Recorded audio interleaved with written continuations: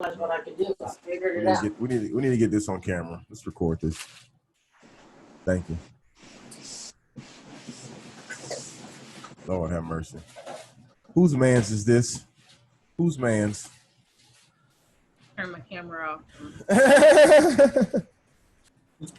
Welcome, ladies and gentlemen, to another episode of Dumbass Film Students, where us young filmmakers and those alike, we come together and give our irrelevant opinions on these great films that have made millions and hundreds of thousands of dollars. And none of us have accomplished anything near that, but we're going to talk about their films anyways, okay? My name is Rudy Wilson. Shout out New York Film Academy. I don't know why, but got my compadres here. We usually have a special guest, but everybody here today is just a special regular. So got my guy. Got another special guest. Once you're here 3 times, you're no longer a guest. That was my dad's rule at our house. Like, somebody been over here 3 times, you get your own plate. You get yourself. Wash your own dish. You're a regular. Yeah.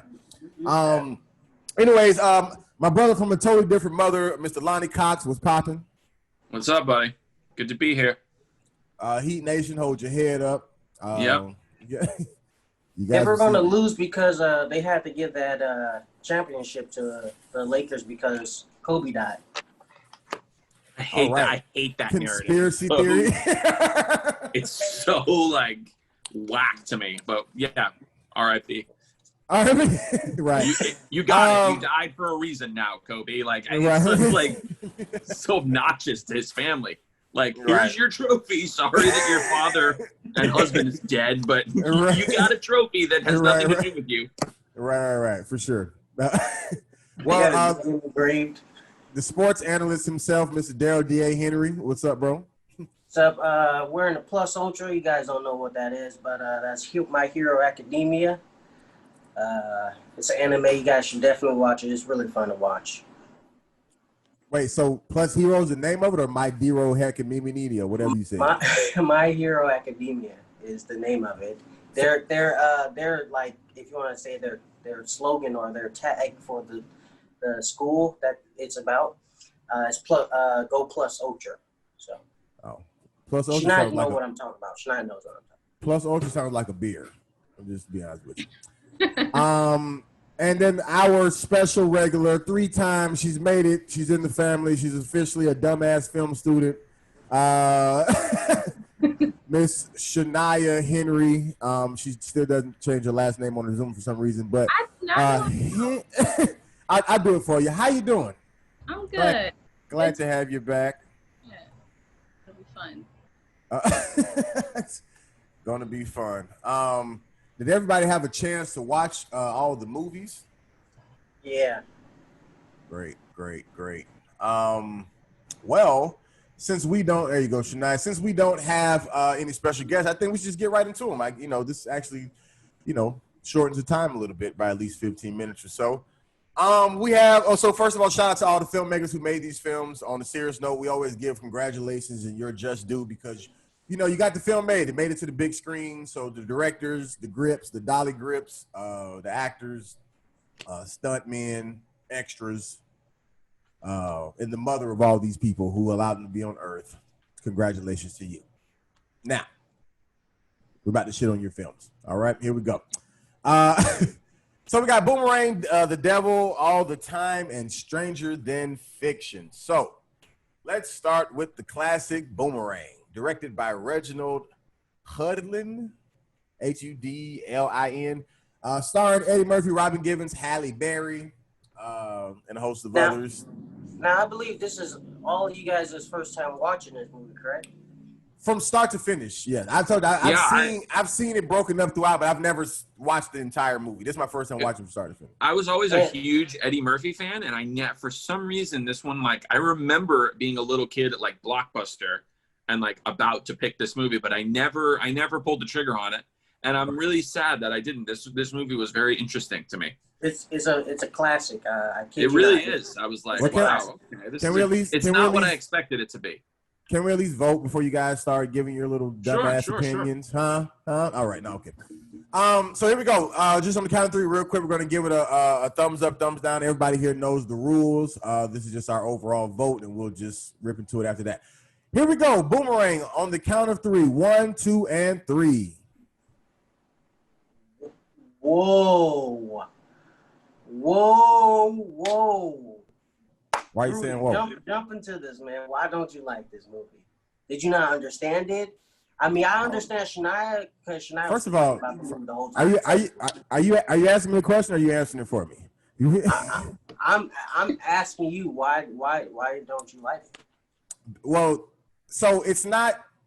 So once again, our thumbs up and thumbs down is in reference to us liking and disliking, but it's not necessarily to the fact that whether it's a good or bad movie. So I would say that it is a good movie. I just didn't like it, if that makes sense. Like, because for me, I can't think of one Eddie Murphy movie that I've ever watched that I didn't laugh not one time. That's my problem with this movie. This is one, and granted, I'm not saying it was supposed to be a comedy. I don't look up genres. I don't look up log lines. I literally, whenever we choose movies, I just push play, and I find out whatever I find out as I watch it. And for me, just off, because I've seen a gazillion Eddie Murphy movies, from the kiddie ones, Daddy Daycare, Dr. Dolittle, all the way to the more grosser ones, the more recent ones, even with Dolomite or whatever. Like, even in the midst of all of that, like, there's something fun, funny, entertaining, whatever like that. Like with this movie, like Martin's character didn't make me laugh. Like nothing about this. But once again, the storyline, the whole little twist turns, to me, I felt like I was watching Eddie Murphy crossover, and he was like, "Yo, I need to do a chick flick so I can really be big." You know what I'm saying? Like, this didn't seem like. So that's what I'm saying. So that's what I just ended at. That's what I'm saying. It's a good movie, but for me, going into it with the mindset that I have of Eddie Murphy, not that he would have had to be the funniest thing in the world or whatever, but I would have just something about this movie. I would have been like, "Yo, it is a pretty funny movie. It was a little, it was a little too chicky or whatever, but it was really funny."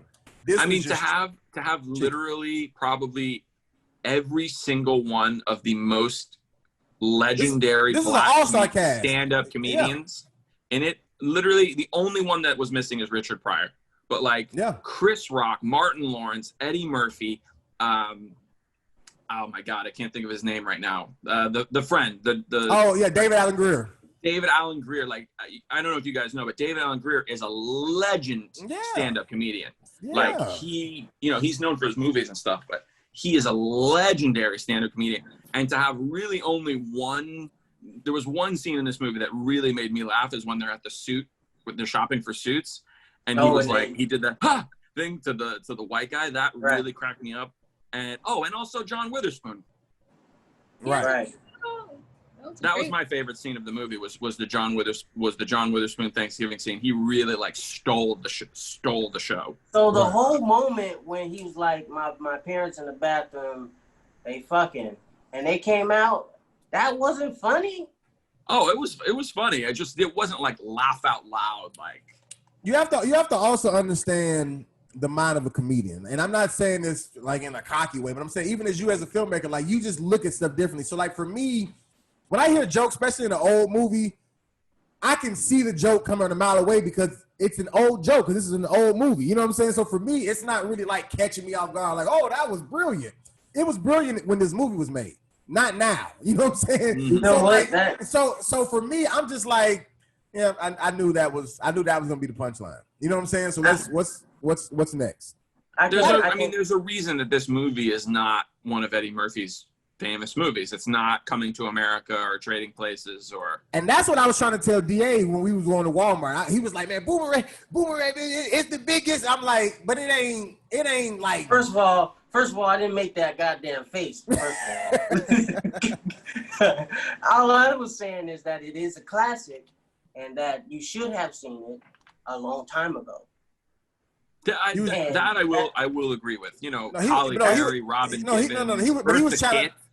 He was challenging my black card as if like this is a movie that's like one of the ultimate black classics. And I'm telling him, it's a classic, but in reference to like the black classic, we talking about like the Fridays and so on and so forth. This isn't as heavy in that category. You feel what I'm saying? Like that's what I'm saying. I think the problem is I can understand what you guys are saying. I guess in my opinion, I saw it when I was younger, and so I remember, and it was funny then, and I was laughing pretty much the whole time yesterday. So Alone. you just remember your fantasies about this movie from when you was No, younger. this movie. Why? I kid you not. This movie is still funny to me. Why are you watching this as a kid? Look, I'm thinking if you actually watch this movie and watch it for what the story it's telling about this guy who's basically the girl. And so if you watch it in that sense, if you watch it him being the girl, all the punchlines, all the jokes, they make sense. I didn't say they didn't make sense. Yes, and I'm saying you would laugh at him. So like the moment when he's in bed and he's like his toes clenched and he's like, "Don't touch me, don't touch me." But that's what I'm saying. You know how many black movies I've seen since then that has that same. Marlon Wayans does that same thing all the time. That's an ongoing thing. So that's what I'm saying. Yeah, like it's not a new thing with me watching it in 2020. So that's not going to be funny to me right now. So you just saw this movie too late. That's all. Or the jokes just don't hold up. You saw this movie too late. I don't agree with that, DA. If somebody watches Coming to America today, right? Exactly. Or Trading Places, Life. You're not going to think that they're going. You don't think that they're going to be like, "Oh my gosh, this is a serious racist problem. This movie is racist." You're not going to think about that. What are you talking about? Coming to America. Why is that racist? How's that a racist movie? Did you see Coming to America? Yeah, I'm also not a fan of like whitewashing old movies. Like I think that's stupid. Like people want to like change Blazing Saddles, and I think people can fuck off. That movie is untouchable. But I'm not a fan of like going back and changing old movies. Shania, go ahead. I know we're just talking our lives away. Oh, you're fine. I actually agree with Daryl. Like I didn't really like the movie that much, but for other reasons. But in terms of humor, I think. Wait, tell us why you didn't like it. Why didn't you like it? I mean, it's just the 90s, and I think it's just like the times and, So 90s? Yeah. She didn't like how they were painting the women. She was like. Yeah, it's like, I mean, don't get me wrong. I like that it was this, boss female woman and she like sort of put Eddie Murphy in that position. But I mean, I don't know. It's just, it took so long for them to get there. And by that time I was already like, okay, this movie. It definitely was about 30 minutes too long. Yeah. Sure. Another funny part. He slept with that old lady. That's not funny. That's Eartha Kitt. Yeah. Okay, but that don't mean that she an old lady. He was like. First of all, all I could hear was Emperor's New Groove the whole time she was talking. Yeah, do you know like how many? Like I don't know if you guys understand like how famous these people are at the time this movie being made. Like Grace Jones, the supermodel. These are like the most famous black people on Earth. This is an all-star cast. I get it. All I'm saying is that moment is not funny. He was like, "Can you make it darker? Even darker?" I mean, it was funny, but it wasn't like it's a chuckle, right? Yeah. Y'all some fucking haters. Y'all I'm saying I'm not a hater. haters. I enjoyed it. If you I give it a 6. If you take something like a Nutty Professor, right? People always remember stuff from there, like the when Dave Chappelle at the comedy club and whatever. Like people always remember these different things because those are like classic funny scenes. DA, when I showed that scene in class, y'all were laughing. Everybody in there was laughing. Our white teacher, black students, Asians, it didn't matter who. Everybody thought it was funny because it's just a funny scene. It just was. You know what I'm saying? Right. This just didn't have that type of humor. To me, it was a way better. It felt like more of a chick flick that was splashed with humor as opposed to a comedy that was like based off of trying to like use a love story to make a comedy. Like it didn't. That's what I think. I think when they greenlit this movie, when they were looking at the script, they were like, okay, we've got this like, this story that we want to tell, which is like we're flipping the script on a woman killer and a man, and a womanizer, you know? So what do we need? What we need is some humor to punch it up. So what can we do? We can get Eddie Murphy. We can get Martin Lawrence. We can get David this was Allen Eddie Greer. Murphy's story. But we don't know it seems like they didn't really know how to use them. Martin Lawrence, like, wasn't really funny. Like, he didn't have any real, like, jokes, or he had one real scene where he burns down his apartment. You know, he didn't really, like, David Allen Greer also was, like, kind of used on the Halle Berry date. And then his funny moment was really just bouncing off of John Witherspoon. Right. But you know, I like this movie. Like, you can tell that this movie had a big budget. They really, like, threw a lot of money at it and a lot of, like, flash and glamour. But it seemed like Eddie Murphy was, like, kind of out of his element here. This wasn't his kind of movie. Exactly, you know? We cut you off. What were you were telling us about why you liked the movie and why you didn't like the movie? Well, that was like the main reason. It's just how they painted the women, and then in terms of humor, it wasn't like laugh out loud like they were saying, but there were moments, like the moments I laughed, like little one-liners that you catch, like at the end when they were walking away, and she's like, "Don't turn and look at that woman." He's like, "What? You see she alone?" or something like that. Yeah, you know? that was like funny. That I laughed at. I thought was great. But yeah, in terms of like, it's just maybe it's the feminist in me. I don't know, but it's just it really like. Let's get it on record that problematic Shania is an in moments. extreme feminist. I am. I mean, I'm not extreme, but I feel like at the end when she's like, "Oh, I can't." He's like, "I can't breathe without you." And she takes him back. I looked at Daryl like, "Okay, well then you gonna fuck me," because like, like I can't. I just feel like it would have been better like for him to end up alone. You know, like he shouldn't get the woman. I don't know. Right. But it's his movie. Like, Eddie Murphy's gonna, like, cause that's all I'm like, damn, man, this man really set himself up to be with Robin Givens and Halle Berry in the same movie. Like, you ain't slick. You ain't slick. Nigga, I know what you're doing. Sure. You know, he dated, you know, Robin Givens has the, like, most famous body list of all time. She dated Eddie Murphy, Michael Jordan, and Mike Tyson. Yeah. Oh wow, really? Yeah. Michael Jordan? Yep. Yeah. I did not know like the movie. They were like having her sort of comment on him when they were watching the basketball. Yeah, game. exactly. I was like, that's rude. Yeah. You know, I just recently watched this documentary. I watched the documentary, The Last Dance. Mm-hmm. You know, I knew Michael Jordan was a monster, but this man was just ruthless with it. You know, let's just get that on record. I mean, he really just was kind of a bully, though. Like, I mean, which it worked. For you know what I'm sure, saying? dude. But like, he literally kind of like, not in a racist way, but like Donald Trump, people like that type of mentality of like that businessman. Like, I'm going to make you do what I want you to do. I'll be the highest person or whatever, but you're going to, like, we're going to win. You know what I'm saying? Like, it ain't no ifs, ands, or buts about it. Like, or I'm gonna kill you, basically. Like, Michael Jordan is without a doubt the most famous shit talker in sports history. You know, that legend of his kind of got like taken under with other things, but like, I'll just tell you one story. Do you guys remember Muggsy Bogues? He was in Space Jam. Very small basketball player.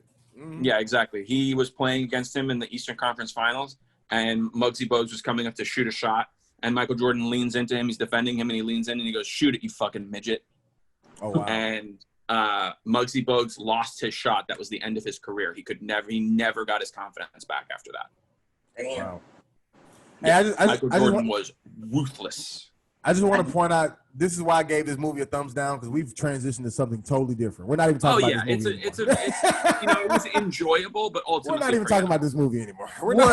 That's because we have mentioned Michael Jordan. I literally just finished watching that series. So yeah, so that's also because this movie just, you know, sure, whatever. You know, if this was somebody else, like if this was somebody let's just maybe move on then. like a Kevin Hart, who didn't have classic comedies to be held against, this movie would probably be something different for all of us. But this is Eddie Murphy, who has some of the best comedies of all time. Don't say for all of us, because I appreciate the movie. You guys don't. I appreciate. Don't get me wrong. I gave it a thumbs up. I appreciate this movie for what it is. But you also gave it a 6. I gave it a 6. That's what it is. It's not I mean, a this is a 6. This is like 7 and up. This is 6. You know what, Rudy? You just gave me a good idea. I'm going to do that from now on. My thumbs up is going to be indicative of my point score. So, okay, this is a 5. Yeah, this is 5, and then that's 4 and under just keeps going down. But yeah, if you ever see me do this again, no, it was the worst movie we watched. Gotcha. All right. Well, anything else for Boomerang? Oh, even the neighbor is the girl from Martin. Oh yeah, Tisha. Like Campbell. this movie was packed with people. Grace Jones, Eartha Kitt. Yeah. I mean, I can't imagine how they got all these people together. It's really impressive. Yeah. No, they had an all-star cast for sure. For sure. Yeah. I mean, and this was also before Chris Rock really blew up too. You know, Yeah, Chris yeah. Rock He was in a couple was Eddie Murphy movies. Yeah, he was like the youngest, like no name or whatever in this whole movie at the time. So yeah. Yep. I think Chris Rock's first movie was the valet in Beverly Hills Cop 2. So, you know, Eddie Murphy really kind of like put him on. I'm gonna tell you another movie that kind of helped Chris Rock blow up, even as far as in movies more, believe it or not, which is the Eddie Murphy movie, was Dr. Dolittle. When he was the little hamster or whatever, he was the voice of the little hamster. Yeah. I forgot about that. Yeah. Ah, good call, Rudy. I completely forgot about that movie. Yeah. That really, even in kids' mind, really let you know who Chris Rock was. That was one of like the first roles I really, really knew like who he was. Because I always knew like Chris Tucker, but that was because of like the whatever. But that's what kind of separated him when he did that role. But yeah.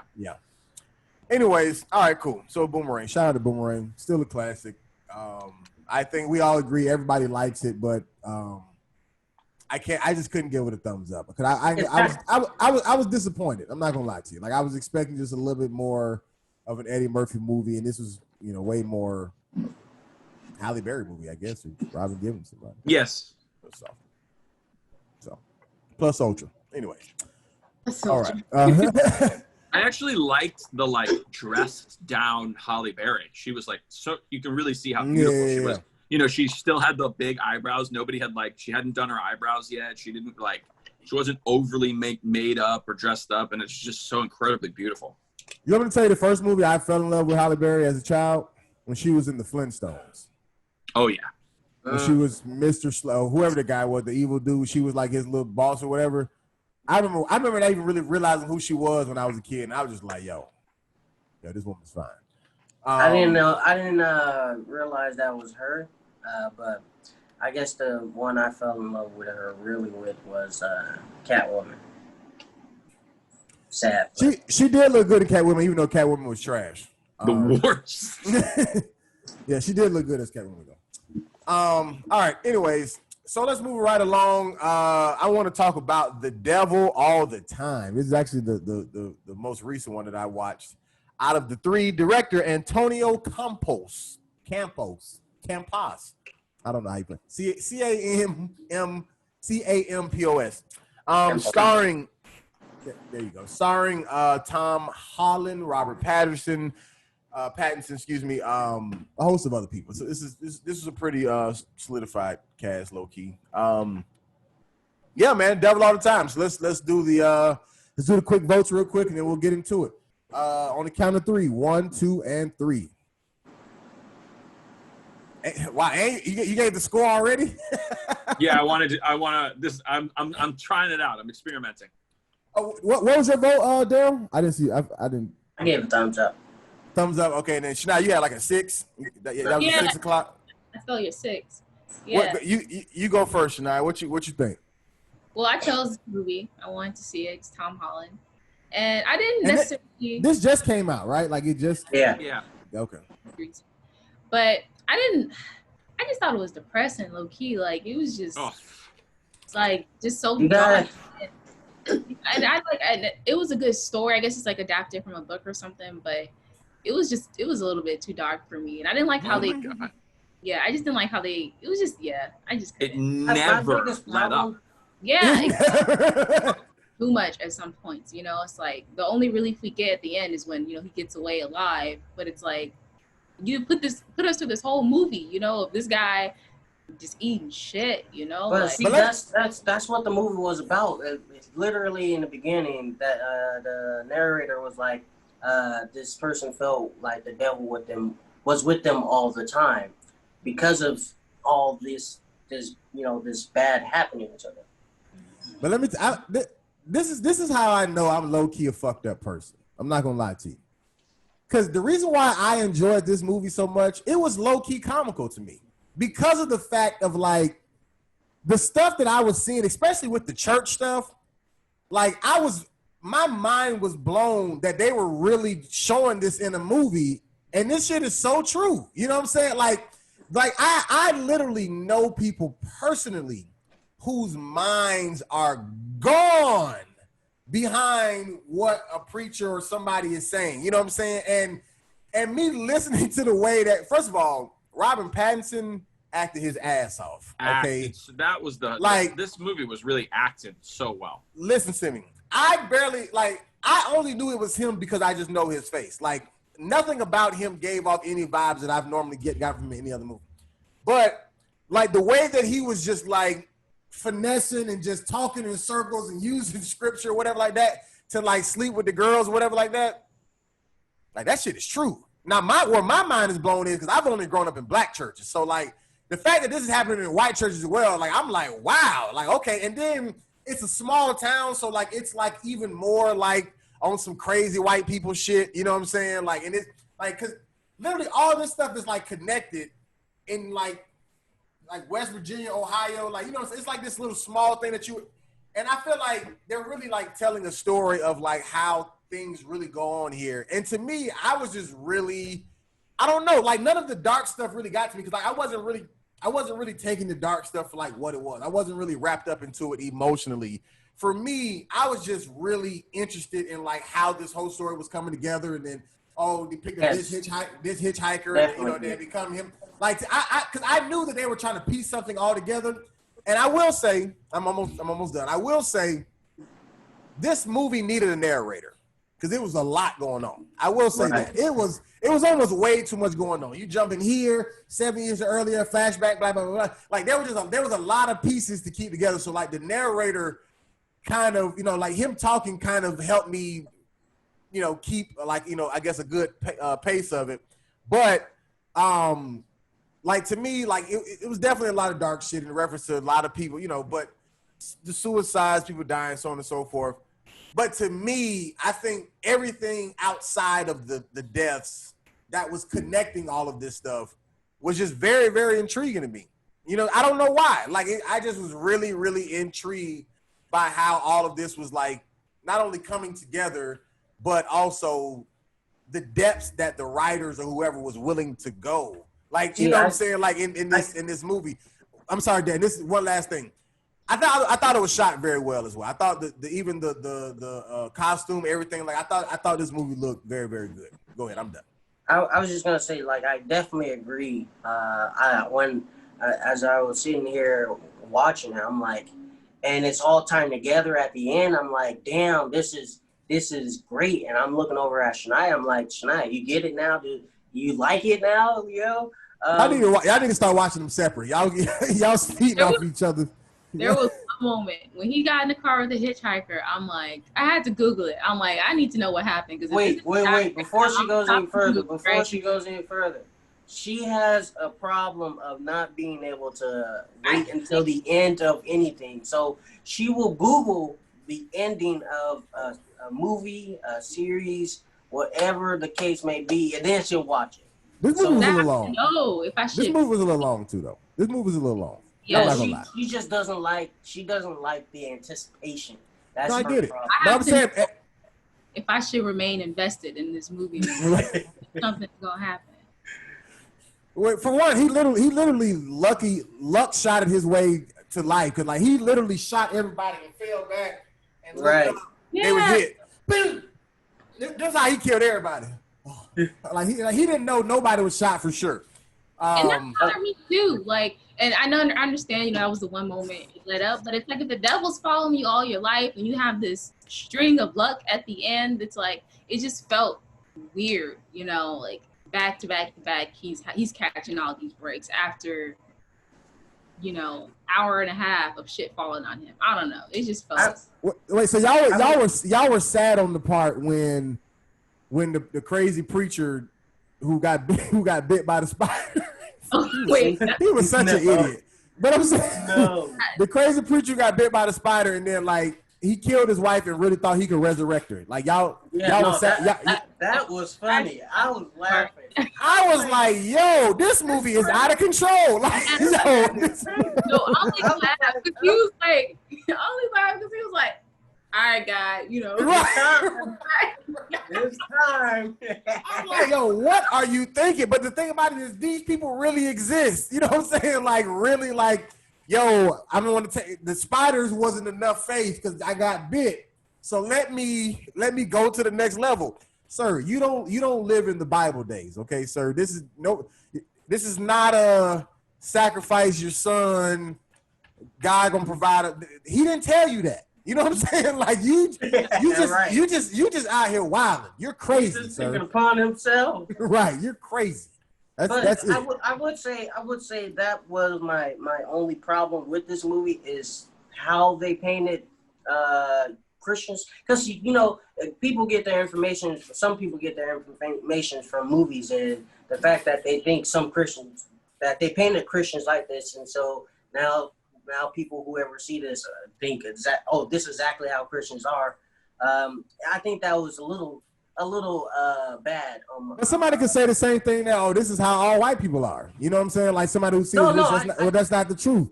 But I'm saying like it's like what I'm saying is those perceptions. Like if somebody decided that this was their truth of you know, because I get what you're saying, but at the same time, it's not like what they're saying was a lie. They just didn't also show the good side. You know what I'm saying? They just only showed the bad side, which I get what you're saying. But at the same time, if I'm the writer and I felt like, yo, everybody always was like, yo, trust God, whatever, blah, blah, blah. And then like all this death happened around me. And then I made a movie about it or wrote a book about it. It would probably look pretty similar to this. You know what I'm saying? So to me, I just think this was just more or less somebody's experience. Will it encourage people the wrong way or discourage people rather? To your point, I'm pretty sure. But at the same time, I mean, you can say that about a lot of things. You know what I'm saying? It's all about how somebody wants to perceive it and accept it. And, you know, I feel like if somebody don't want to fuck with church, they probably just not going to anyways. You know what I'm saying? You know the scene with Robert Pattinson and Tom Holland. You know, I really want to. You talking when he's about to kill him? Yeah. Well, when I was watching it, I'm like, because if you think about it, all our great actors that we pretty much grew up watching, they're getting old. So you know, new ones are coming along, right? And so, I guess this is like the new ones, you know. And I just wasn't as persuaded by their performance in that particular moment until Robert Pattinson stood up and was like, "You've been watching me." He I think at that moment really like he embraced that character at that moment. Like I really fell in love with his performance at that moment when he knew he's about to, you know, he knew he's in trouble. His last name is Pattinson. Pattinson. What I say, Patterson? Yeah, but it's okay. Oh, okay. But to me, I enjoyed that whole scene. I thought that entire scene was well played, in my opinion. I thought they both acted it out from start to finish. Like even that was to me that was the best scene of the movie. Yeah. I thought that was. Yeah, it's just I don't know. You know, I guess I'm thinking of Matt Damon. You know, who else is there? I mean, that delusional sermon was hilarious. Nobody thought that was funny. Oh, that was funny. Sure. Delusion! Like I was literally like, yo, this is wild. Like he was very good. Yeah, like he was like, yo, he acted his ass off in that. Like, yo, I got it. Like, I'm actually curious to see Batman Justice because I haven't even watched. The last Batman that I've seen from start to finish was way before they start calling it Dark Knight or any of that shit. We're talking about like when Jim Carrey was the Riddler or something. Rudy, you saying you've never seen? You just heard what I said. Dark Don't ask me something. I just answered. Okay. The last Batman I've seen was back when it was I'm just baffled, Rudy. That's all. What's your Arnold Schwarzenegger was the freezing motherfucker or whatever. Jim Carrey was the Riddler. I don't know who the Batmans are. I don't know. But I'm saying that's the last time I seen. But I'm not no Batman guy like that. I'm just not. But the point that I'm making is that I'm curious to see this just to see how he acts as Batman, because I've seen him now in Lighthouse. You know what I'm saying? I've seen him in what was it, Good Time. He's in Tenet also. He's in the new Christopher Nolan movie, and he acts very well in that. He's actually British in that movie, which is what he is. So he gets to like be British. And mind you, I've never watched Twilight or whatever he was. I've never even seen it. I just know. He hated that movie. But what I'm saying is like but he's shown me in just 3 or 4 movies that he has a hell of a range. You know what I'm saying? So I'm very curious to see him as Batman, like just to see how he performs in that particular role. I'm very interested to see it. I think part of that is because of Twilight. You know, he had to like get out from under that Edward thing. But I actually liked his acting in that scene too, especially when he stood up and was like hold on, I'm sorry. No.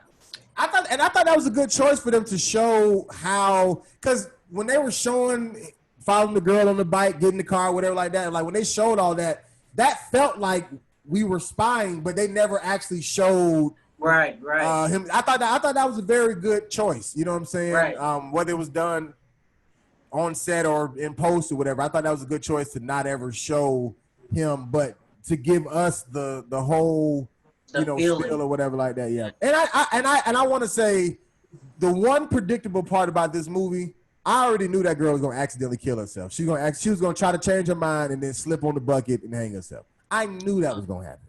I knew it was gonna happen. I thought she was gonna give herself an abortion, and I was like, I had to turn the movie off at that point. I was like, it's too much. Oh. I thought we were I went back and finished it later, but at that point, I'm like, I can't. The shooting of the dog and the crucifying of the dog, and then the spiders, and then stabbing the wife in the throat. And then the guy with the serial killer's cutting the guy's penis off. I was like, I can't watch this movie anymore. Like, I need a break. And that's very unusual for me. I usually finish a movie. What's her name? The lady who his wife who got stabbed or whatever. She played that role very good. Like that really like blood was flowing from her neck, and even how she was sliding and then said her daughter's name like right before she died. I thought that, like, shout out to that actress. I thought that was very, very believable to me. Like I really was kind of like cringing as her neck was like leaking, because I really felt like that shit was coming out. She and the serial killer were both in Lawless, and this movie reminded me of Lawless a little bit. Oh, I didn't realize that. Mm-hmm. He was in something else. I can't remember. What was the purpose of the only connection I never understood was the 2 guys that the police killed? Like, were they just some random people he was just caught up with or something? Or? I think they were just using them to show that the cop was dirty and that he wasn't, Yeah, it all tied together back to from him getting that money at the diner. As they were talking about how those 2 guys at the diner were talking about. This movie had a lot of moving parts, and it honestly didn't really tie them all together very well. If in my opinion, like the story was really the weakest part of this movie. There was also some some of the special effects and the editing was a little sloppy. Like, I don't know if you guys noticed, but there were a lot of like cuts that like jump, and I was like, "That's this. Why do they do that?" Right before the cop killed the dude in the kitchen, you heard his voice say, "Hey, you got some coffee," something like that, but his mouth never moved. No, go back and watch that scene. He was sitting like this. The serial killer was doing something. I think he was pulling somebody out of the car or something like that, and you saw it. Like, you saw the frame move. Yeah. The special effects were a little like lowbrow, like especially the when they find the Marine crucified, his face was clearly computer generated. It wasn't like practical makeup or anything like that. The spiders were, you could tell they were pretty fake too. Spiders were actually real, believe it or not. I looked it up. The spiders were actually did that. Those didn't look real to me. I know. I also thought they were fake, but he really did that. Shit, we talking about spiders. My fucking cat ears peek out by the bottom of the bed. I'm like, oh shit, a spider. Did the actor get bit when he did it? No. But he did dump spiders on his head. No. They too deep into them roles, man. They too deep. But yeah, I mean, this movie, like, I don't know, man. It was so hard to watch to me. And then like the payoff was like, okay, it's cool. Like, yeah, he's gonna kill everyone, but then he's gonna go to Vietnam and end up just like his dad. You know, it's like, I'm like, all right, I get it. Everybody sucks. Humanity is awful. You know, I don't know. This movie really just didn't do it for me. He has the German gun, but he was in Japan. The German gun. Don't treat me like I'm an idiot. The German gun. Yeah, no. Go ahead. I was just agreeing. Like, yeah, I agree. I feel like I would have wanted at least one redeemable character, you know, just to sort of help him. You know, I don't know, like just it would have made it easier for the audience. And I don't know if they chose to do that on purpose, just to show, like, I guess from his perspective, how hard it was to live that life, to have the audience go through it with him. But yeah, You know what? I'm realizing y'all some hard motherfuckers to please. how? No, I'm not. For one, I mean, don't get me wrong. This movie, I would have never watched this on my own. Let's be clear. You know what I'm saying? And for me, I was way more. I was just really. That's why I say I'm a fucked up person. I was very intrigued by the fucked up stuff that was all like I just thought the weirdness of everybody, like, because I'm like, why do these people want to like take these naked pictures and like, why is that a thing? You know, like, but then I think about, like, yo, I've heard stories on the news of, like, great, like, these people have killed all these people and they got pictures of them and whatever, you know what I'm saying? And it's, no offense, Lonnie, but white people doing this shit. So to me, like, Serial killers are white. That's the thing. But no. But I'm saying No, to they the are. degree, But But I'm saying, but not just being a serial killer, but like being freaky with it. You know what I'm saying? Like taking pictures. You know what I'm saying? Like of the dead body type. Like, you know what I'm saying? So like, because to me, that's like, you're not just you're trying to get caught essentially. You know what I'm saying? But well, serial killers do this thing where they collect trophies, right? So that's the thing that's common with serial killers is they always collect some. So a shoe, a piece of their hair, sometimes like body parts and stuff like that. But that part did feel real to me, and you know that it definitely.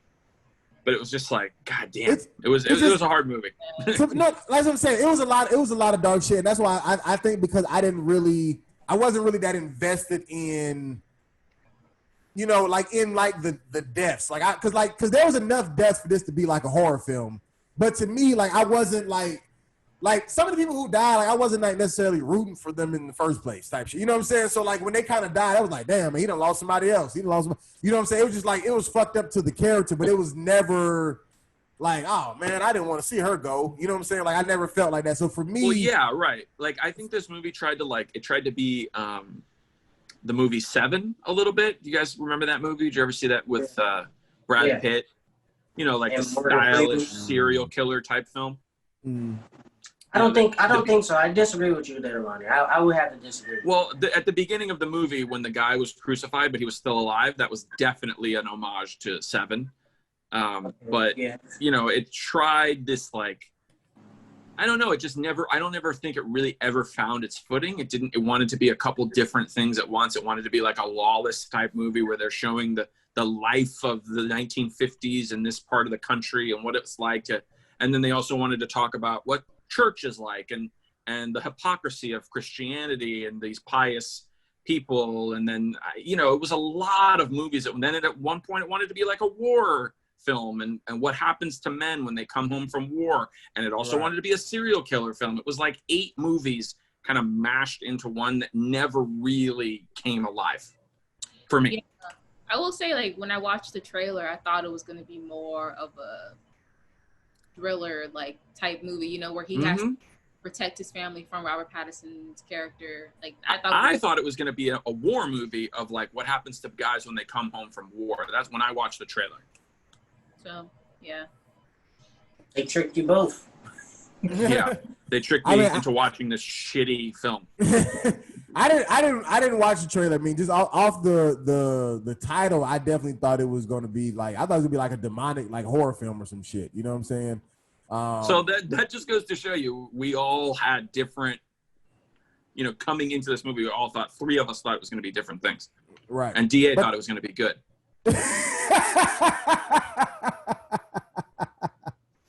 If DA thought it was going to be good. Yeah, like I said, for me, I enjoyed it. I definitely would have never watched this on my own. I won't watch it again. I'm not like that. I'm not that Right. invested. But it definitely had me intrigued the entire time. If nothing less, it definitely had me. The intrigued, acting for sure. was spectacular. I will say, like, to even Tom Holland, like going from Spider-Man to this, like really Right. seeing him in a different light was very impressive.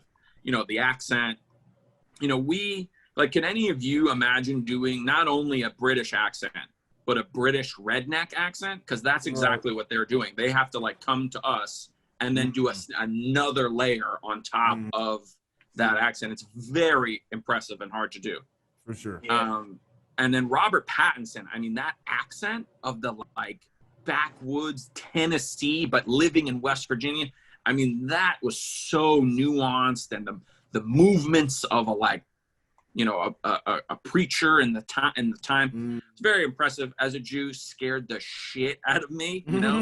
Like, I was like, oh boy, like what you guys were saying of how somebody who's not used to church, that would like give them the wrong impression. That happened to me. That was definitely like, holy shit, this is what's going on, you know?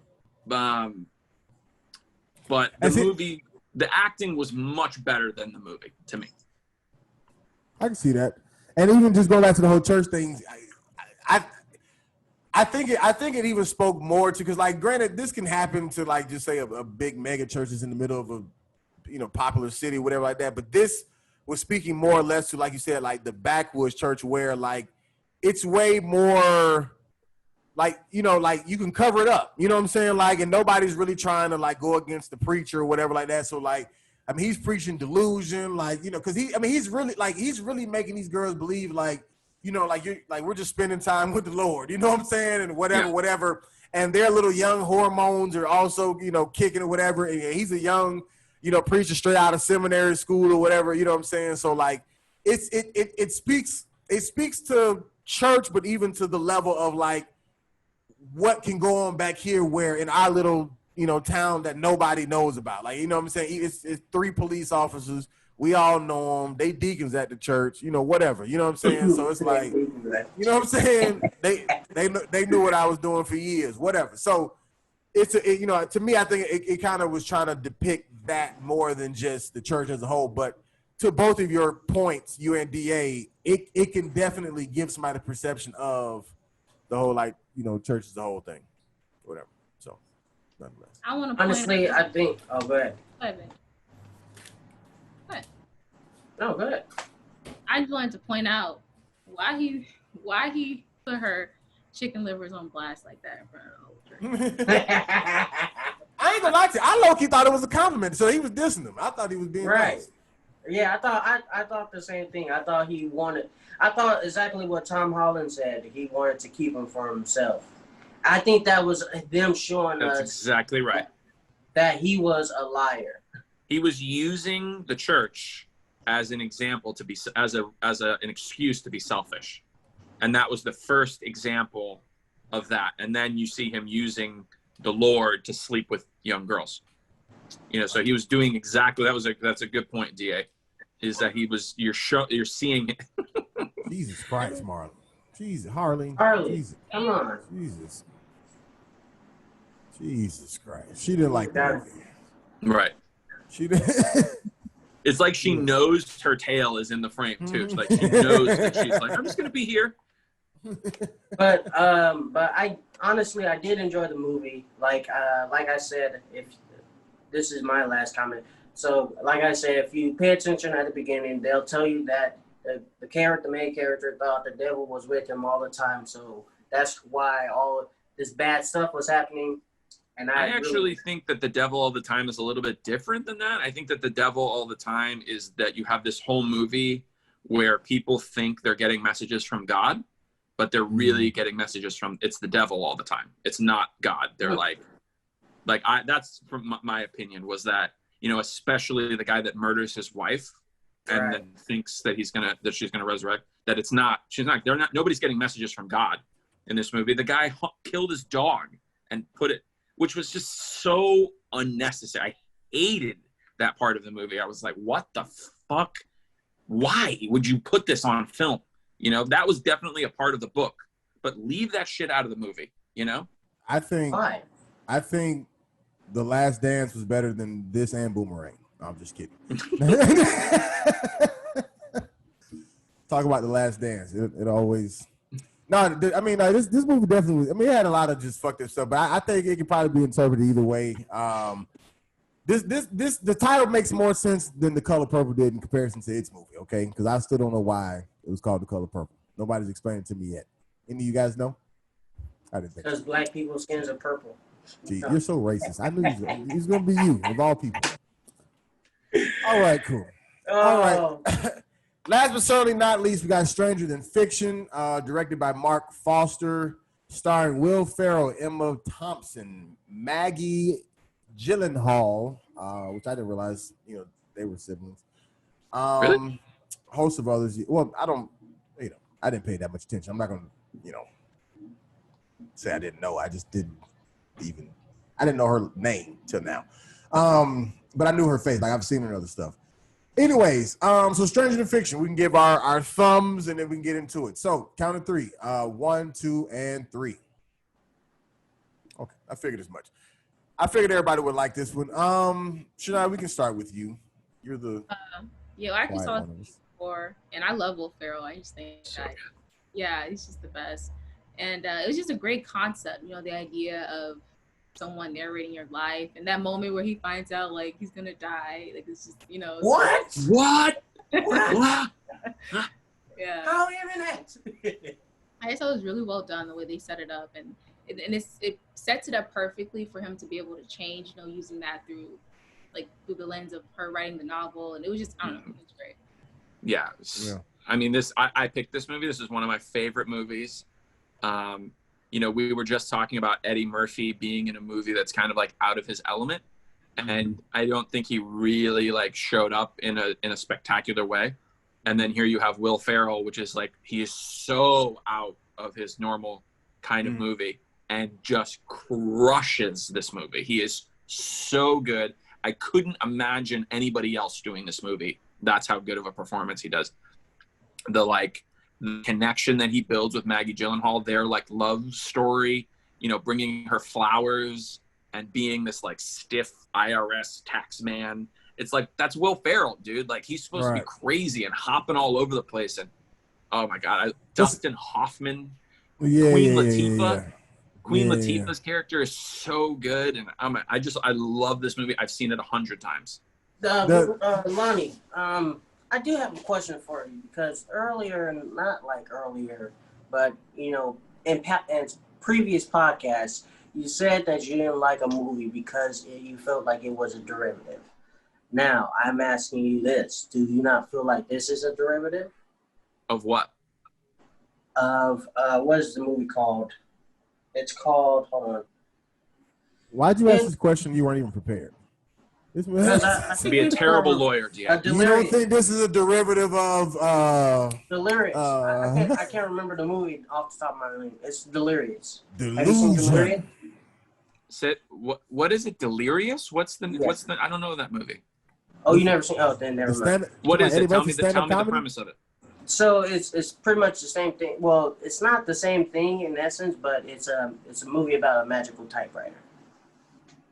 No, I mean the one thing I like about this movie is that it's very original concept to me. I mean, I'm sure this has been done before, but that means it's not original. But for one, Lonnie hasn't seen whatever movie you're talking about. So I know. So DA, let me give you this example. So is The Dark Knight derivative? Is it? I don't think. Well, that's the thing, right? You can take a movie that's been done before, and you can do it in such a way that nobody would ever associate. Would you ever associate The Dark Knight with The Riddler with Jim Carrey? Would you ever put those two movies in the same universe?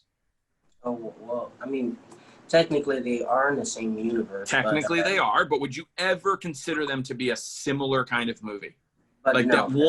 that The Dark Knight took anything No, from. I get that. I get what you're saying, Lonnie. And all I wanted you is to I guess realize that with the previous movies, because I think we were talking about the movie Power at the time, and you said this. And Project Power. Project Power is Power. a TV show. Yeah, I'm Right. sorry. Project Power was derivative as shit. But this is also derivative. So that's why. That's I mean, why. so here's the thing: I'm is just like saying, I don't know. I'd have to watch that movie that you're talking about, and I mean, it could be derivative. I don't know, but the thing is that I guarantee you that Delirious is not as well done as this movie. There's no chance. I mean, just the the little graphics on the wall when he's like doing calculations in his head, and him doing his thing, and having Emma Thompson narrate all of his like little quirks and all of his things, and the sound of the files, and it was just so unique, so well done. To your point earlier, Lonnie, in reference to Will Ferrell's execution as opposed to Eddie Murphy's execution, to me, I felt like Will Ferrell found a way to still be himself in this movie. Like, yes, because was he like Ricky Bobby? No, but he's still, even at times, like even the yelling out like when he's gonna die or whatever. Like that was a Will Ferrell reaction. Like that's what we go to the movies to see him for. You know what I'm saying? That type of like whatever. So to me, like even though he had to still do the flowers and the love story stuff or be the generous person or whatever all that stuff was, he balanced it well with still giving us that, you know what I'm saying, the Will Ferrell, you know what I'm saying, that we know. Mm-hmm. And to me, the thing that I loved about this movie the most, because I actually, and not for a bad reason, but like I actually started this movie and then like stopped it because I knew I wasn't really going to pay attention like that. And I seen,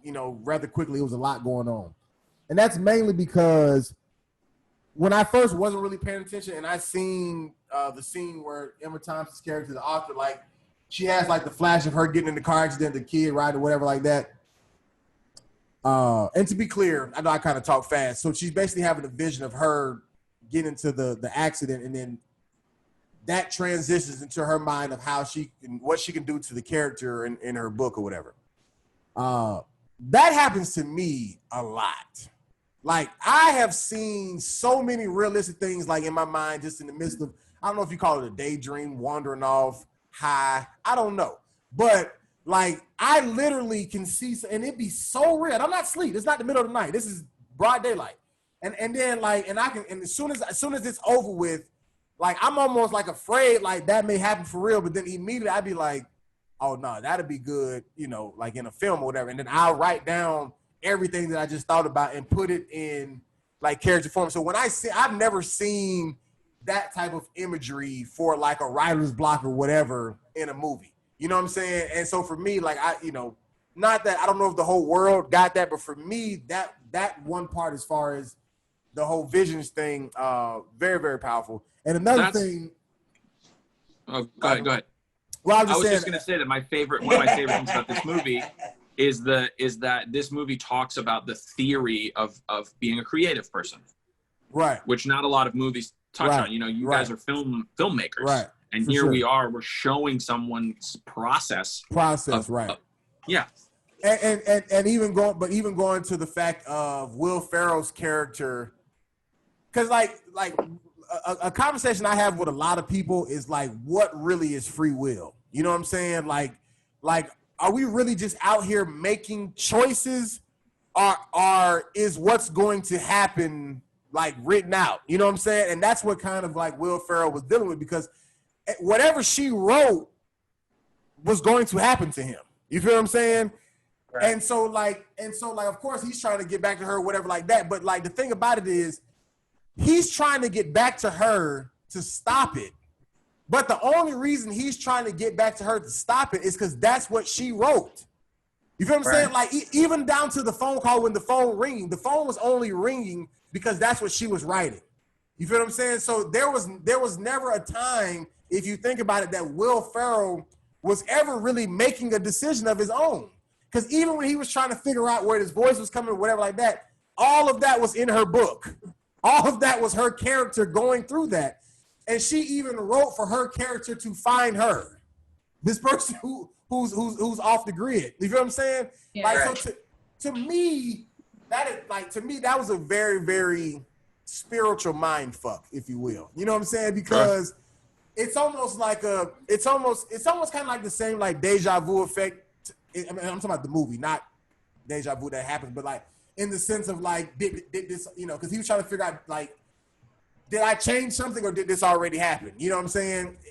To that same degree, that's what like Will Ferrell was trying to change something, but he's not even realizing that his actions of trying to make that change wasn't even in his control in the first place. You know what I'm saying? Like he and one last thing, and on an even deeper side, take it out from the human form, going into the story characters, it made it that much more powerful for me to think about like characters in a movie, in a screenplay, book, whatever, because our characters don't get to choose who they are or what happens to them. You know what I'm saying? Like, just imagine if your character could really live out what you put them through in a movie. We just kill it. I want to do a horror film. Kill this motherfucker, slice his head. You know what I'm saying? Like, Right. they don't get to control that. They don't get to be like, if we write them as a homeless crackhead, that's who they are. You know what I'm saying? Right. But they don't get to choose to be the millionaire, the nice looking person, the ladies' man. You know what I'm saying? Like, somebody could have wanted to been Eddie Murphy and Boomerang, but instead, you know what I'm saying? They was, you know, whoever else is some shitty. So They were Pookie in New Jack City. Right, they were Pookie in New Jack City. So I'm saying, like, if our characters could come, it made me think about it to that degree. And not that I'm necessarily going to, like, you know, feel sorry for killing a character per se, but it does make me respect how my characters feel, because I have to put them through something. And so that makes me think deeper into the fact of how would they react or how would they feel. You know what I'm saying? Like, if they knew, like, if they could hear my narration and be like, okay, you getting ready to die in this next scene. You know what I'm saying? Like, how would that, you know, affect me? I thought this movie was very, very Emma deep. Thompson, like, reckoning at the end of the movie? She's like, oh my God, I killed all these people. She's Right. like, what if they were all real? You know, she's like, I killed the one guy who was waiting in traffic and he was a city planner and, you know, all these things. And she's like, finally, like, getting to this thing. And I think that's a real thing, Rudy. I think a lot of people that write screenplays and write books, they fall in love with these characters and they develop this emotional connection with them, and then they have to kill them. And, you know, this movie is I love the theory of storytelling. I'm a big fan of, like, this is going to mean this, and this is going to, you know, really breaking down. I wish I would have paid more attention in school, you know, in English class and stuff like that. Right. You know, my favorite scene of the movie is when Dustin Hoffman agrees to help him. And he's like, what did you just say? And he's like, little did he know. And he's like, little did he know. And he starts to like, oh, wow. So that means there's things that are happening that you don't know, which means that you can't be schizophrenic, which means that you're not a crazy person, because there are things happening in this story that you're not aware of, which there were. I don't know if you guys caught it, but like, Yeah, the bus driver was also a character in the movie. Yes, and that's what I was just the little ready. boy. I'm so glad you brought it up. And they didn't get to choose that. They were brought into that trauma in real life without even being able to have that choice, because that's what the writer or the creator decided. That is deep. Yes. This movie, one of my favorite movies. Absolutely. One of my favorite movies. I'm so glad you guys enjoyed it. I was like really nervous. I'm like, I want to like share my soul with you guys and have you shit on one of my favorite movies. But I love this movie. It's like perfect to me. There's nothing they could have done better or done differently. You know, I love the scene where he tries to like hide from life and the fucking wrecking ball crashes through his house. Right. It's just, oh my God, this movie is perfect. A perfect movie for me. I like the way they set up, like what you were to your point earlier, Rudy, about, you know, being free will versus, you know, fate or whatever. I just thought it was interesting because even though that concept was there, like we never felt like Will Ferrell didn't have a choice. You know, like even though it was being written and, you know, his actions were following that, the fact that they still were able to make him active and like just pick and choose, and, you know, the moments when the narrator would come in, I think really helped with that, because then it's like his voice and him trying to figure out, you know, how to stop it from happening, even though she could have been writing it all along. I thought it was just really great that they did that. I also like the fact that, you know, we're talking about that he didn't necessarily have a choice in the fact that he was going to die. He knew he was going to die. What he did have a choice was what he was going to do with the rest, right? So he learns how to play guitar. He stops brushing his teeth in a certain way. He stops living this like mechanical life. He starts really living again. And that was his choice. He did choose to do that. The narrator didn't tell him to do that. See, I think I think that's because that's where the book ends. You know what I'm saying? So like, it's almost kind of like when you write, and they lived happily ever after. The character can decide what happily ever after looks like. You know what I'm saying? Like that's no longer a specific direction. That's an open-ended ending. You know what I'm saying? As long as it's happy ever and after, I guess. You know what I'm saying? So it's, you know, to me, I think that's what it's kind of like. He gets the storybook ending like. Not only he goes through this whole journey, whatever like that, he survives, but then he also gets to, you know, to thrive or whatever like that, as opposed to killing him off and then it'd be like this, you know, it's this great story. Like Dustin Hoffman was saying, like, you got to die. It's her greatest work, whatever like that, you know. You will die a legend. Right. Which is another philosophical question. Like, would you guys rather die normally or would you live on as a legend and die early? Like he said, the best line to me was like, "You want me to knowingly face my death?" I'm like, yeah. You know, I think that sums it up perfectly. I don't think I would do that. Shania was like, "I'm gonna be selfish, goddammit. You better change my life. You better change." I think most of us would. I mean, to answer your question, Lonnie. I mean, it's because it's, you think about like somebody like Martin Luther King, right? He has no idea how big he is. You feel what I'm saying? So it's kind of like you die a legend, but you don't know that. You know what I'm saying? Even not to try to make these people legendary in the sense of because of what happened to them, but even just say like a George Floyd or Breonna Taylor, they have no idea how big their names are right now. You know what I'm saying?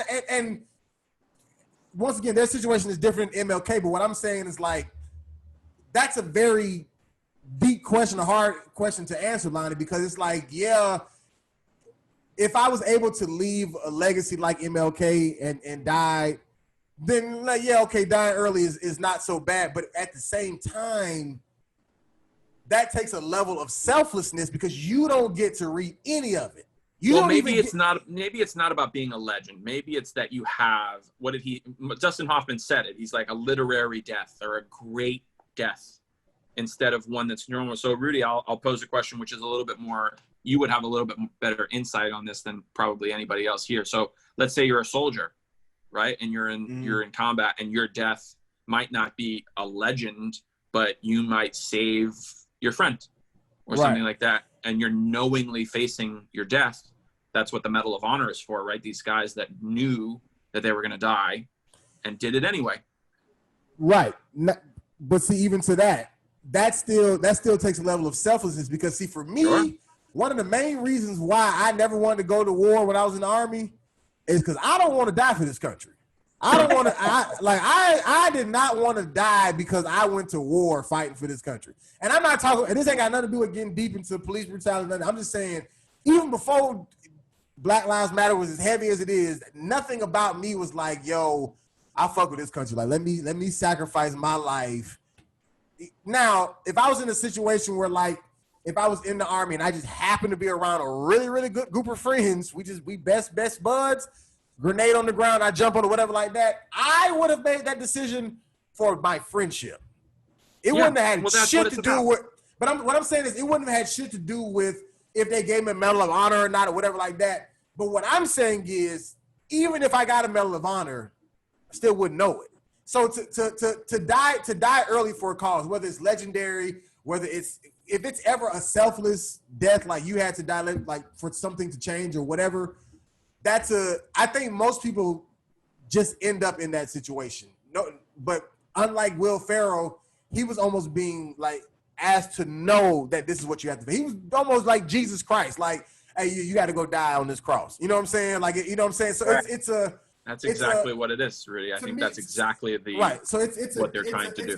Right. It's kind of a difference if you happen to be a hero as opposed to somebody saying, hey, I need you to drop your nuts, go over here and take this death. You know what I'm saying? And what like that's a whole different ball game. You know what I'm saying? The problem with that is he not saving anyone with his death. You know, he's just doing it so this woman can have like a great book. And then like it's not like his death is gonna.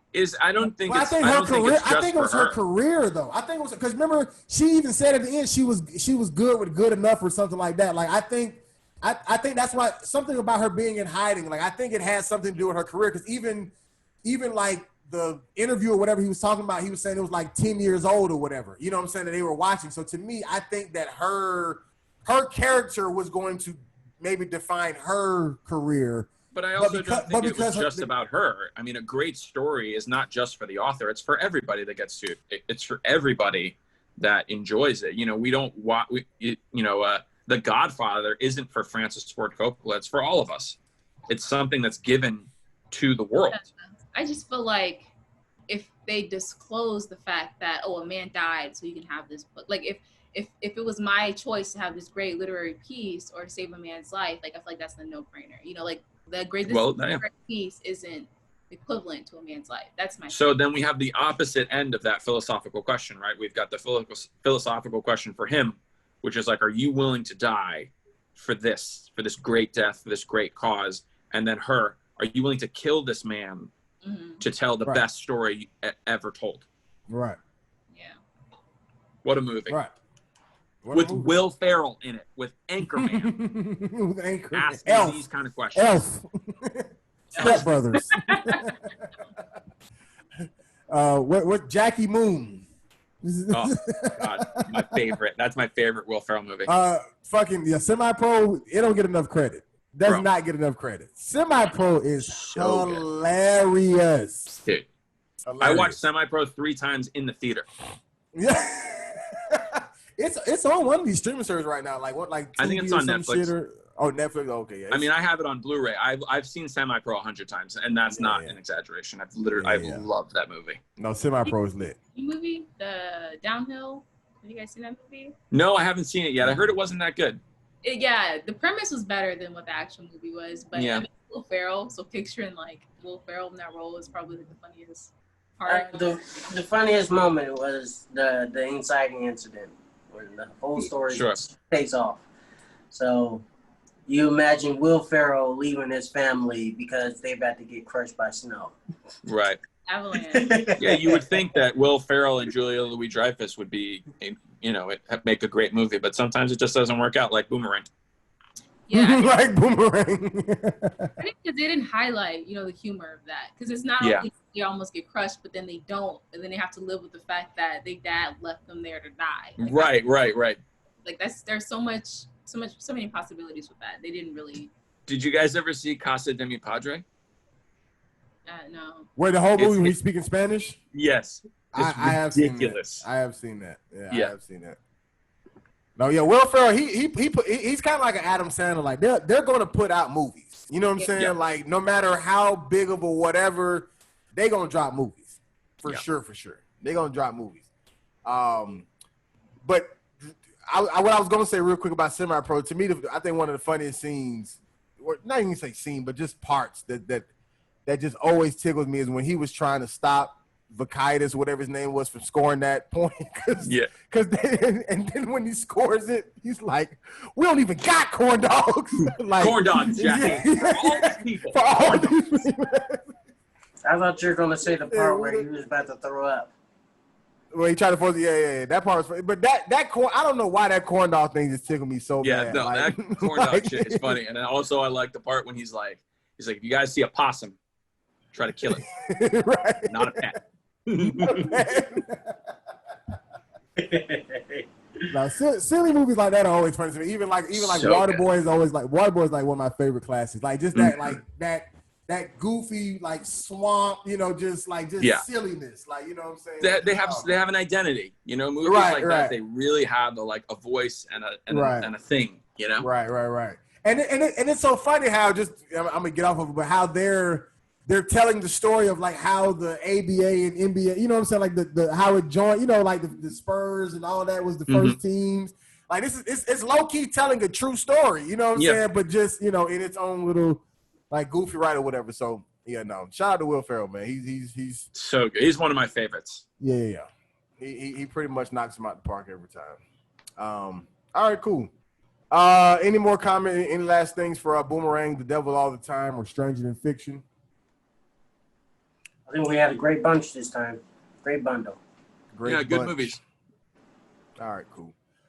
All right, well let's do these budgets and box office numbers real quick. I'm going to actually do The Devil All the Time first, mainly because for one, when I looked up the budget, it was in something called like a crowry or something. It was in a different currency, so I had to like do some research. And I actually have like a range in which where when it translated what it was in American dollars, it gave me a pretty good estimate. So like I just pretty much put in the range between like two numbers, and so if you guess between one of those two numbers or close to it, you'll get it.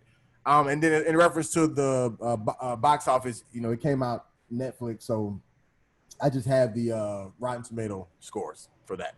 And then the other two actually have budgets and box office that are normal. So, Devil All the Time, what are you guessing as far as the budget? 20 million. 20 million. I'm going to go 35. 35. I'll do 40. 40 million. Yeah. Gotcha. So it actually ranges of, and this, I don't know how accurate this is, but from my research, transferring the currency over, it actually only did about 6 to 7 million on the budget. 6 to 7? Yeah, it was in between. Wow. 6 to 7. Yeah, because I'll give you the exact. If you wanna do the research, I'm gonna give you what they call the currency real quick.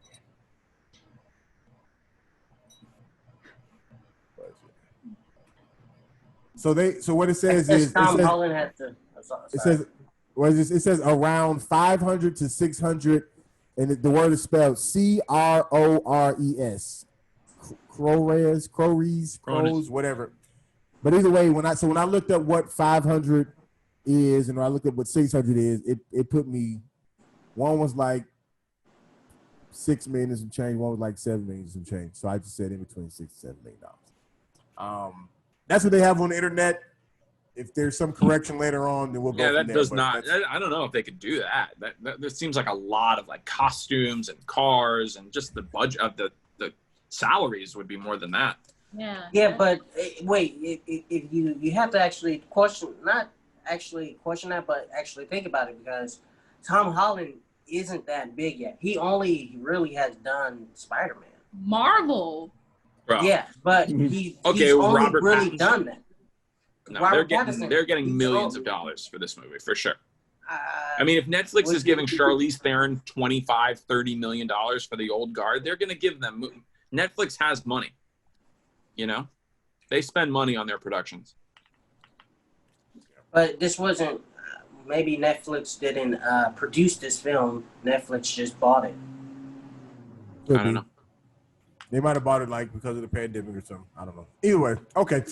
Rotten Tomato scores. So we got the critics and the audience. What do you think the critics scored this at on Rotten Tomatoes? 98. No, like maybe 90. 92. 92. You want 80? I'm say 80. 80? In the 80s. I don't want to give a specific. In the 80s. Okay. Well, you're I'll wrong say either way. 82. You're wrong either way. No, it's actually 64% from the critics. Damn. 64%. And how about the audience? What do you think the audience gave it? It's usually the opposite, so I'm gonna go with. Yeah, damn. Okay. What is 70s? 70s. Lonnie 91. says 80, 91. It's actually 80% on the head. 80% from the audience. It's no fair because Lonnie beat me to the punch. I wanted to see. You could have said 80. So Yeah, you said this. I try not to steal scores. I always just go somewhere else. Okay. All right. Boomerang. What do you think the budget was for Boomerang? What year was it? It was 97, right? I think 92. Oh, 92. I think that I'm gonna look now. Early 90s, either way. Yeah, 92. 20 million. I'm mistaken. I'll say 30. I'm gonna go with 40. I think all those actors, Martin Lawrence, Eddie Murphy, the production value was pretty high, even for 1992. I'm gonna go with $40 million. 40, 30, and 20. The actual budget is $42 million. The Jew is in the building. You looked it up before, Lonnie. No, I don't care enough. All right. And what do you think it made in the box office? $150. I actually would not know this answer. I'm gonna just 150. You said 80, Shania? Yeah. I'm gonna say like 125. I like how Lonnie looks like he was like really doing the math, like he's figuring it out. I am. I really try to think about it. And I believe it because you're also the closest on this as well. It was 131 million. It's so impressive. What's impressive to me is the consistency. It's every week. Just like Every week. All right, here we go. And then Stranger Than Fiction. What do you think the budget was, Stranger Than Fiction? What year was it? 2007, 2006. Yeah. I'll say 15. I'm gonna go with 15. like 30 million. 30. I'm gonna go with 35. 35. It is actually 30 million on the head. 30 million on the head. In my head, I was like, Lonnie, I'm gonna get one. Girl, I just put you from the room. Woo! I didn't even hear Nah, you don't understand. Every week, this man be coming in, just killing me. I'm like, damn it. All right, and then what do you think it made in the box office? Oh, I don't know. 80. 80. I'm gonna go with like 120. 120. I'll say 100. 100. Surprisingly enough, Lonnie is still the closest because y'all just went super, super high. It actually only made 53.7 million. Oh, really? Really? Yeah, this movie, I remember that. This movie did not, like, people went and they wanted to see Oh, that's not Anchorman. fair, Lonnie. You're not supposed to remember this stuff. I never even heard of this movie. Really? Until you. Dude, I love movies, man. I've seen so many movies in the course of my life, and I watch movies over and over and over and over again. Actually, If I hate a movie, I'll watch it 3 times. It wasn't that good when it came. I mean, it wasn't that big when it came out, Lonnie. Because people remember this is like literally the height of Will Ferrell's fame. yeah. So this is right after Anchorman, right after Ricky Bobby. People are like, "Whoa, okay, we want to see it," and then everyone's like, "Oh, what, you fucking love poetry theory movie? Nah." What the fuck? This is not Will Ferrell. Exactly right. Right. Gotcha. All right, cool. Well, dope, man. Well, yeah, this was a good lineup. It was. Shania, appreciate you joining us again. What is that? An ice cream bar or is that Or like a hot Snickers? What you got there? Biscotti. A who? Huh? A biscotti? I don't know what that is. Biscotti's like a little Italian cookie. Yeah. You have espresso that you're dunking it in, also. Fortunately not. No. Unfortunately not. She usually eats it with coffee or tea. So I'm surprised. Yeah. Gotcha. You give out shirts for these like little trivia stuff, And I'm just saying, like when you do the box office things like that, it'd be cool. Shirts, t-shirts, dumbass film students. No. Okay. Oh, you said get some shirts made? Yeah, t-shirts. I would have an entire closet full of shirts. Yeah, we can get shirts made. Cool. Stickers. Are you gonna like take charge and getting that done, and we just follow your lead, or how does that Reap work? the benefits of your largesse. Film students. Huh? I'm a special regular, not a regular. I'm a special. You can put that on. You can put that on the back, special regular. But you can still. I think it's a good idea, but I mean, I don't think you can just throw a creative idea that you had to a bunch of nobody. The alternate title of this podcast is called The Broke Ass Film Students.